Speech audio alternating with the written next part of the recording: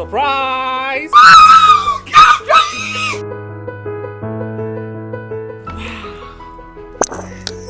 Congratulations, madam. I'm looking forward for a good business deal. It's my pleasure.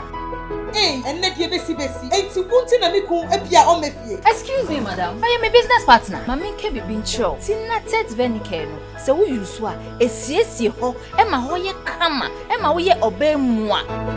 Je na ko try she. Thank you. Tinatet Venicare. Tinatet Venicare is an oral tonic for maintaining vaginal hygiene, not recommended for children below 12 years. Pregnant or lactating mothers should consult a doctor. This is your girl Diamond Apia, aka the boss lady. If you subscribe to J Ghana TV, the #1 entertainment channel on YouTube.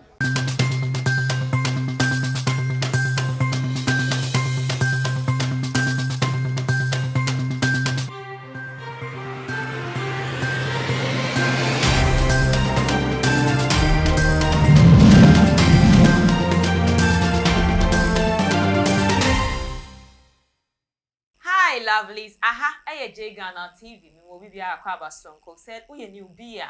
Which I said, "Nanny day kind of pay me so and so I be pay and so. Na make sure so be subscribe it.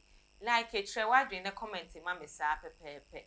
Na me mo crab sonko ediba connected media so we say connect media no. E sema e coach recover my wo man near my for so dear. Near the can dish edit no, and no, and I am a bobo and all the best one will say, good servant, I am a good servant, and I will be a master. I will say, you may call I would have been a bomb chidom, a brandy, a baby, a mammy, and semi, a bro, a Janelle organic foods. Janelle organic foods, a Jania Abejaso for a one, the pediani man in uniform from, and your essayna amodin, your precursor powder, moringa powder, coconut powder, Tom Brown, granite paste, full powder. Abenquine on hand the paste so you will be a Janelle organic food. So and you Tinatet herbal. Tinatet herbal a draw ye in her buying in yan. You can say and her buying kwana aye a boy is yes oba and he feel ye pan and I hotch sa Sanson and Bema so a boy is Emma Mema yeno is CP ye Bema de one no any Bema so Bema ye be CP nice would do any actually Tinatet herbal.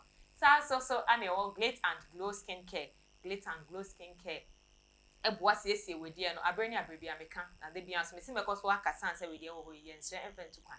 But with dear home by my radio who ain't here, and near now Glit and Glow skincare has a bow pie because your caramel set. Complexion beyond any dear customized set.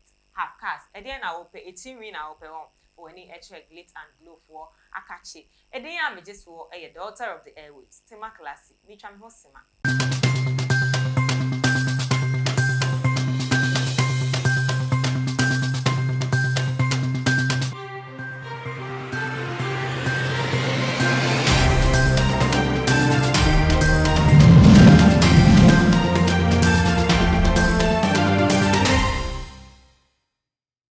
Me who akwa madane dane me hu bia an me who akwa bio J Ghana TV said dem din kan they say afin we pay and so subscribe like share natural wadwen ma me sa pepepe san say ene ense ma me dey be connected me dey so e mu awrem ka say brem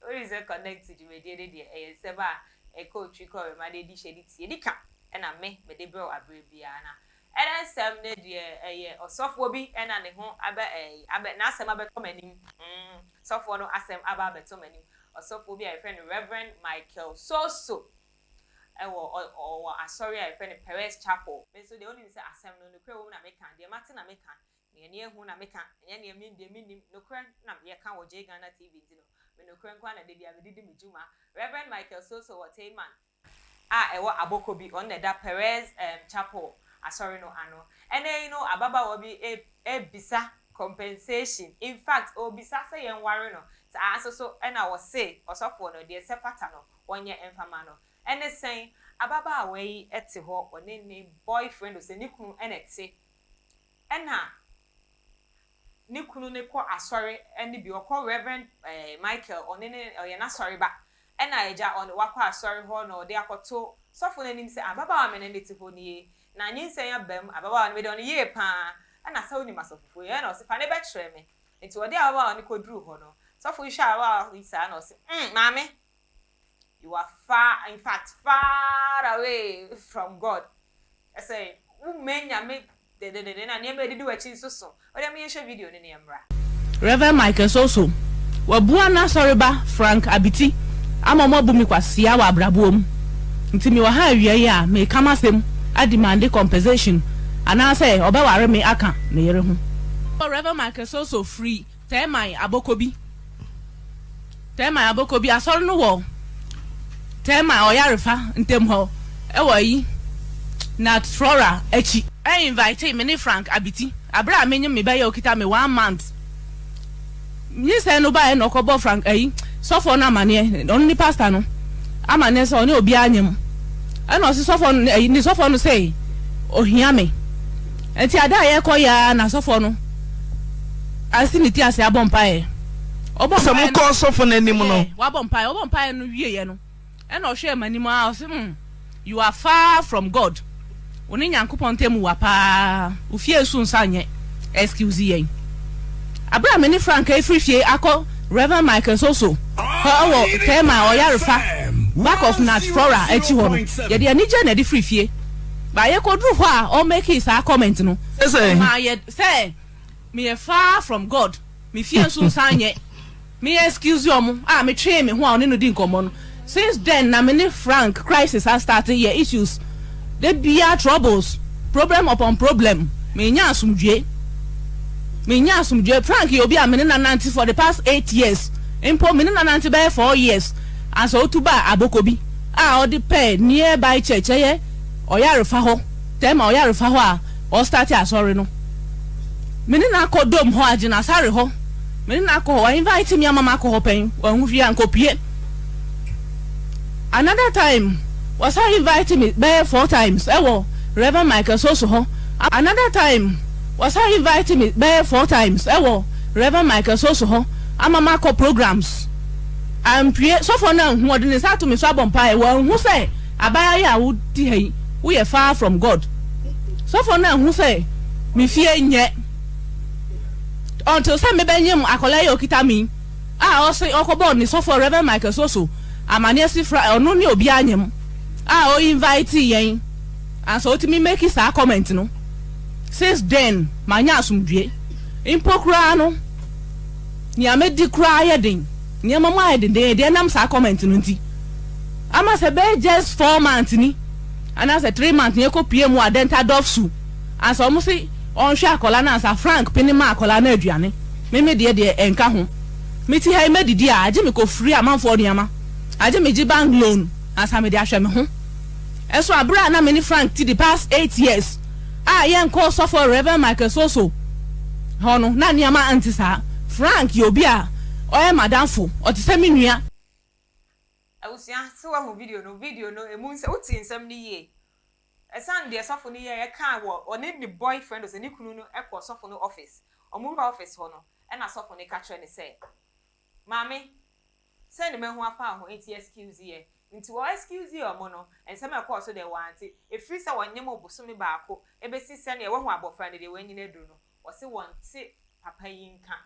omukopie ensem ne kwa kodru mpanimfu ani mansa na de akora ne bedi kura no papa no ede eye na agye sisi ano wo be sha akora no no amu mpo de yo bedi kura no sebi eto de bia ede this was sere na sofo yi ma me ne kira sofo na guna ware eti se sofo no ebe ware na kan ho ne yere ho de a wonye ne ntentem no ware ne kan na yere ho na wontimi we keka nsem ho fa guna ware ye sa na say isi ama ne ho kire ne pa e na de aye su no obe ma no ka kire ne se ko be ware no na san ne waye ntini isi awada ne wawo aye nyan ware na woto eno no wo na ye nyan ware do enye crime but we say no wa ma isi an bibia abo no because no mudo mo hu ye pa matena ache matena efie be nwotwe so wankasa wote de no wo matena efie wotwe o na so for 1 day pe eti so for na at least you are a man of God what you say ewo ensem bi wo ho ma ya de sha adaka mu kakra ye package ni nice ensem bi wa nka no raw sa keke because boy yiti ho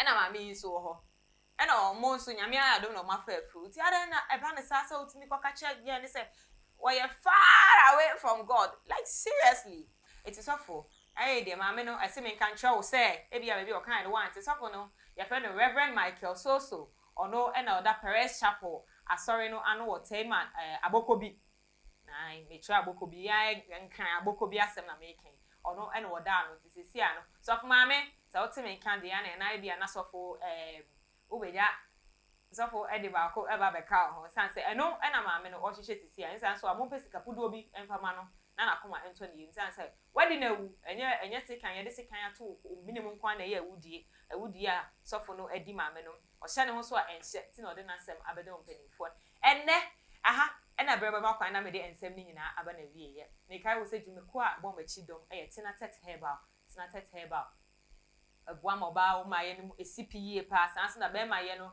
enye be ma de wano ane be ma wo ye be ma ye me yenhye ano na kire se wo ye wo be ma mu a sa eso ene wo general organic foods abedwa so ye aduane no ahodo ni nyina ahye mumma say ve abua ma abofra so uniform from your prekese powder moringa powder Tom Brown your fufu powder yes also granite paste abe paste ni nyina you be your spices ya abedwa so no bebre no enye odi a eba kidney no olive and kidney ni nya ha no se ne kaka na we dey natural spices and general organic foods at the ebro yeah was Glit and Glow skincare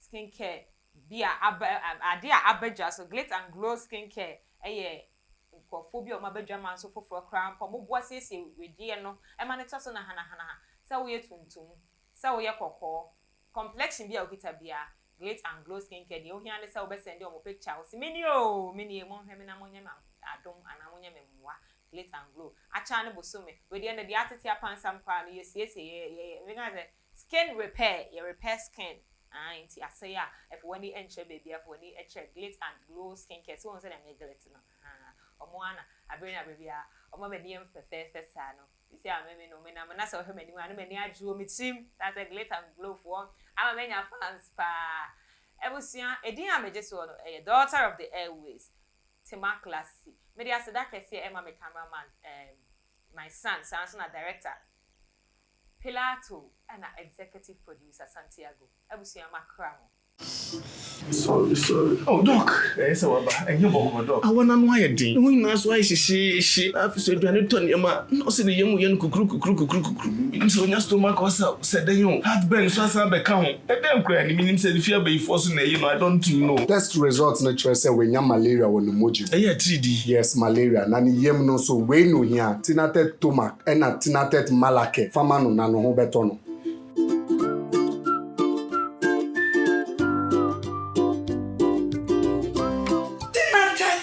Malake, anything at tomac. I'm on my free. Kinaata malake eyema obi a wanya malaria fever ena Kinaata tomac mixture eyema obi a wanya indigestion yen hwehwemu hu so wanya malaria and sign na wafa adroi not recommended for children below 12 years. Pregnant or lactating mothers should consult a doctor.